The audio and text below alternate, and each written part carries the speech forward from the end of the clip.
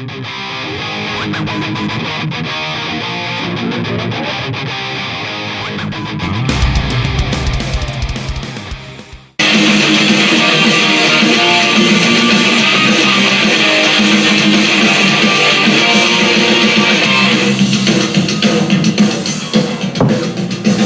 everybody, welcome to the Stat Card WWE Night of Champions After Show. This was a jam-packed house over in Saudi Arabia. 6 matches, 6 incredible performances. We saw titles put on the line left and right. It was just an awesome night for WWE programming. I feel like everybody brought it to the table. These events have been on fire this year. I know I used to come here and really have harsh criticism according to a lot of the internet, but I have not really found much to critique. So, our first match of the night, we have AJ Styles taking on Seth Rollins for the vacant WWE World Heavyweight Championship. This was a title that was presented recently to the WWE main roster on Raw by Triple H. I feel like the way this title was introduced could have been much better. I feel like the only reason why we're having a World Heavyweight title is because Roman Reigns took both titles to SmackDown and now we need to crown a champion. That wasn't the issue for me. Really, the issue is that SmackDown superstars competed in this tournament when you have several guys on the Raw roster that could have deserved a chance. I mean, Chad Gable is one of them. The Miz, Seth Rollins is just... The Raw roster is stacked, and you could have made a tournament just with Raw superstars. However, AJ Styles, I'll give credit where credit's due. AJ Styles from SmackDown had to go through Bobby Lashley, and then in a triple threat match had to go through Edge and Rey Mysterio to get to this match. So we're seeing 2 of the best performers in the world compete. I guess I can't complain that much. For storyline wise, I'm going to give it a C. I'm not against the idea of a tournament. I just believe if you're going to do a tournament, it should be with superstars from the show that you are placing the title, right? Doesn't that make sense? Anyway, this match was great. Both men sold the heck out of it. Seth Rollins went for a suicide dive to the outside of the ring, tweaked his left knee a little bit, played to that throughout the whole entire match. AJ Styles tried to land a Styles Clash 3 times, was unable to do so, eventually just gave up and went with a pedigree. AJ Styles hit a pedigree. I don't know if I've ever said that before, and I don't know if I'll ever say it again, but yeah, it's just an incredible match. I give the match a B+. The storytelling was great. The only thing that could have made it better was if there was more story behind going into the match. But other than that, the in-ring storytelling, the match itself was definitely an A. Like I said, just giving it a B+ because the build-up was kind of like, all right, tournament on Raw, tournament on SmackDown. Now you guys will compete. But I love seeing these 2 go at it, so no complaints. Next match, we had Trish Stratus taking on Becky Lynch. This match actually was really nice to see because Trish Stratus has been involved in a lot of tag competition. It was nice to see her out in the singles division doing her thing again. She's a master on the microphone. She even had a little bit of help at the end. Now, I mean, this could definitely help that bright young star moving into the future. Trish Stratus ended up picking up the victory over Becky Lynch, but Trish has been making some heinous comments towards Becky Lynch's little girl, and there's definitely rivalry, high intense rivalry here, very personal. So I'm going to go ahead and rate the storyline a B. I'll rate the match a B as well. It's great for the time they've been given. I feel like right now in the women's division, things are kind of mixed up a little bit, and they're still trying to figure out. I mean, we had Lita there for a while. Rhea Ripley got her win. Charlotte Flair is now out of the picture for now. So, you know, once things get cemented in place, I feel like the women's division has a lot more potential to do things moving forward. Speaking of, I'll get to the Asuka and Bianca Belair. I feel like that's been the one stable feud going on in that division. So we'll get to that in a little bit. Here we are for the Raw Women's Championship. Bianca Belair has held this title for over a year. Just defending it night in, night out. Incredible athleticism. This match was really great to see because Asuka here is heel now. And Asuka being heel, she's playing the role very well.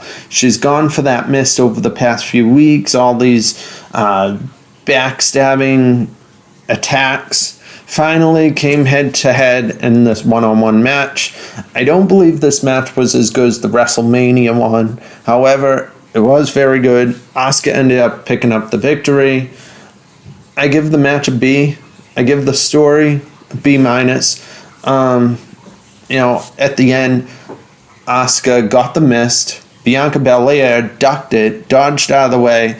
Bianca Belair then picked her up for the finishing maneuver, and Asuka actually put the mist into her fingers and raked the eyes of Bianca to blind her, hit her with 2 kicks, and that's how she took her out. So, yeah, I'd say B for the match, B- for the story.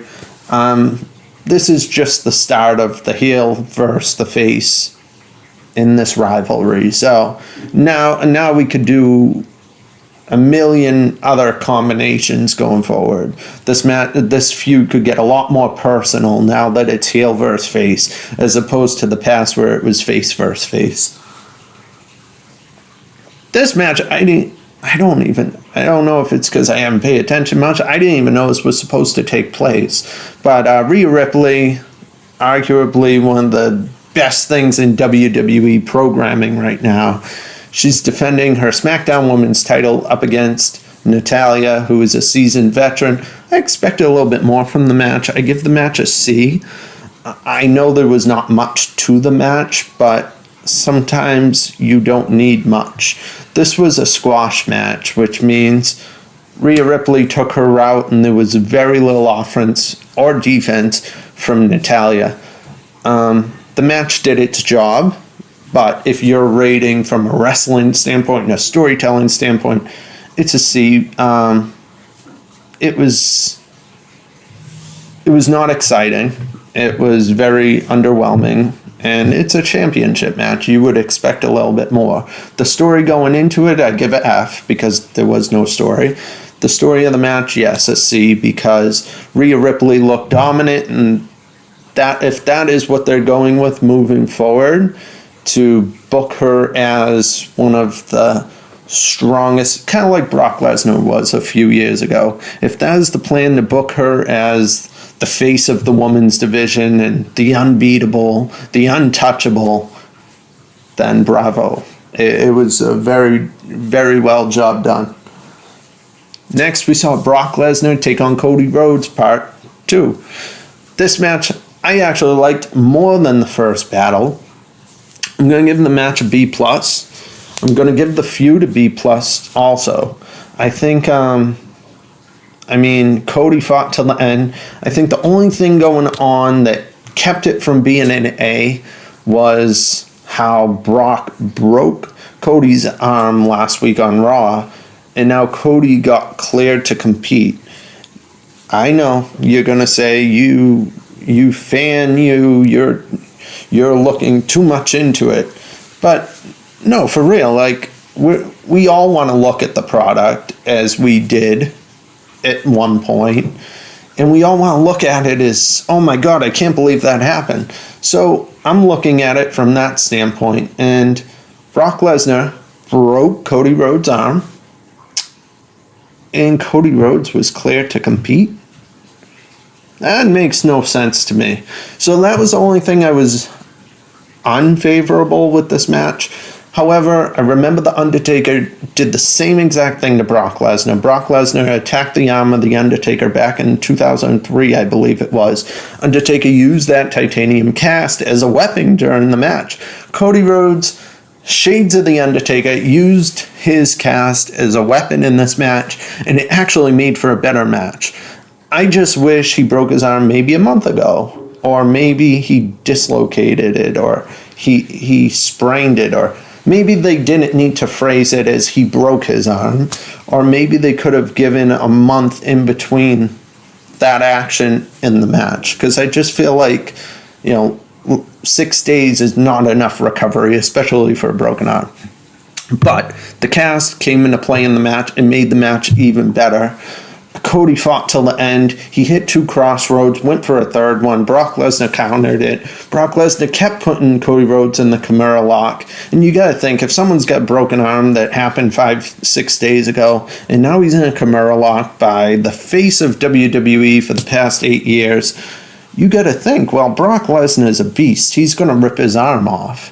We've seen him do it to Shawn Michaels, Triple H. I mean, Brock Lesnar is unstoppable at times, and he kept putting that Kimura on Cody, and honestly I thought the match would have ended a lot sooner than it did, but Cody kept fighting back. He finally ended up hitting his third finisher maneuver on Brock. Brock kicked out, F5, then the Kimura lock again, and the great thing about this match is Cody did not tap out.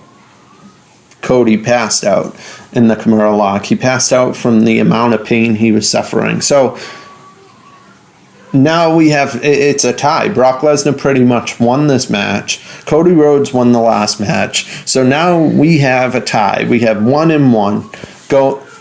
Now we got to sell the score. Cody Rhodes came out on Raw requesting a third match from Brock Lesnar, and we'll just see where that goes. I said it last time when I reviewed these two matches. I said the next match, I'm looking forward to what happens next, and this is exactly why. The storytelling, when there's more story behind it and more story to support the in-ring competition, it's just that much better. So B+, and I'm going to call it now.